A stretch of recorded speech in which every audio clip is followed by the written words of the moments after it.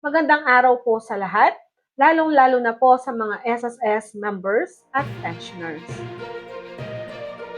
Ito po ay para sa awareness lang ng ating mga SSS members.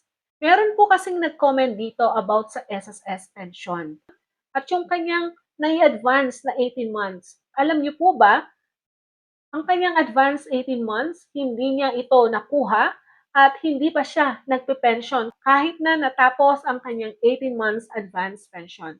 Bakit kaya? Atin pong bibigyang linaw ang sitwasyon na ito at para na din sa awareness ng ating mga SSS members na malapit na magretiro at sa mga SSS member na din para mai-address na po ang issue na ito kung sakaling kayo ay magre-retiro na dapat gawin niyo po ito ng mas maaga. Meron pong SSS member na meron siyang loan sa SSS kaya lang hindi niya nabayaran. Lumipas ang maraming taon at siya po ay nagretiro na. So, ang kanyang loan ay umabot na ng 100,000 dahil sa penalty at interest. Kaya kasi nga po, hindi niya nababayaran.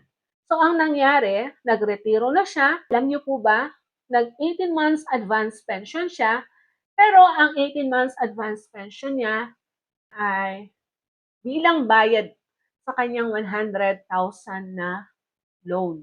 At the same time po, hindi pa rin po siya nagpe-pension.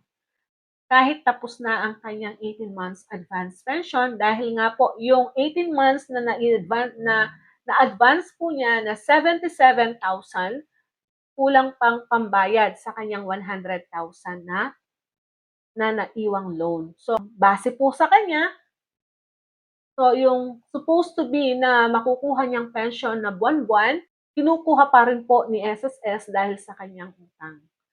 So yan po, awareness po sa mga SSS member, lalong-lalo na sa mga membro na malapit na pong magretiro. Kung ganyan po, gawin po ninyo na paraan para lang po mabawasan.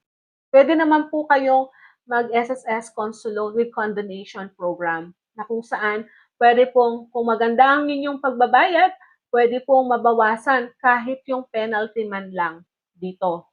At least may bawas po. Pero mas maganda po kung may utang kayo sa SSS, bayaran po ninyo monthly para maiwasan, kung meron naman pong means, para maiwasan yung penalty, yung interest po. Kasi po talagang lolobo yan.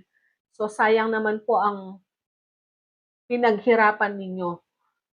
So yan lamang po, awareness sa ating mga SSS members. Dahil kung kayo po ay magre-retiro, may naiwang utang pa, so at hindi po ninyo nabayaran ng maraming taon, talaga pong lolobo yan o lalaki. Yan lamang po ang ating info sa ngayong araw na ito. Have a nice day and God bless us.